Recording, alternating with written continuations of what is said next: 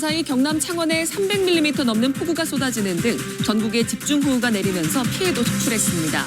오늘 밤까지 경남 남해안에 최대 180mm의 비가 예보되는 등 전국적으로 강한 비바람이 계속되겠습니다. 이스라엘이 레바논 수도 베이루트를 공습해 헤즈볼라 특수부대 지휘관을 사살했다고 밝혔습니다. 60명 넘는 사상자가 발생한 가운데 헤즈볼라도 이스라엘 북부에 로켓 140발을 발사하는 등 충돌이 격화되고 있습니다. 윤석열 대통령이 체코 총리와의 회담에서 전략적 동반자 관계 강화를 위한 공동성명을 채택했습니다. 윤 대통령은 원전 동맹으로 거듭나기를 기대한다고 밝혔는데 양국은 고속철도 사업 협력을 위한 업무 협약도 맺었습니다. 지난 대선 과정에서 허위 사실을 발언한 혐의로 기소된 이재명 민주당 대표에 대해 검찰이 징역 2년을 구형했습니다. 오는 11월 선고가 예고된 가운데 정치권에 미칠 파장에 관심이 쏠리고 있습니다. 남부지방을 중심으로 호우특보가 발령 중인 가운데 경남과 충남 지역에 시간당 100mm가 넘는 극한 호우가 쏟아졌습니다. 남부지방에는 앞으로 최고 150mm 이상 폭우가 더 쏟아질 것으로 보여 주의가 필요합니다.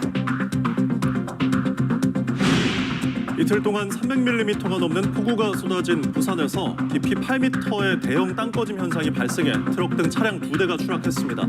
집중호우로 경부선 동대구역에서 부산역까지 일반 열차 운행이 중단되는 등 운행 차질이 잇따랐습니다.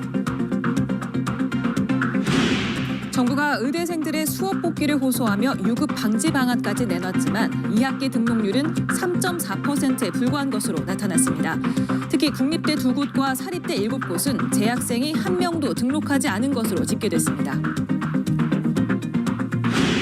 체코를 공식 방문한 윤석열 대통령이 2박 4일 일정을 모두 마무리하고 내일 새벽 귀국합니다. 이번 방문을 계기로 체코 원전 최종 계약이 성사될 수 있을지 주목됩니다.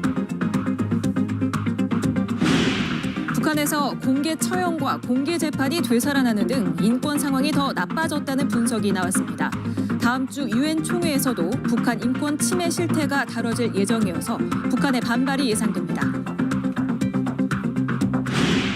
이스라엘군이 레바논 수도 베이루트 남부를 표적 공습하면서 헤즈볼라 2인자 사령관을 포함해 31명이 숨졌습니다.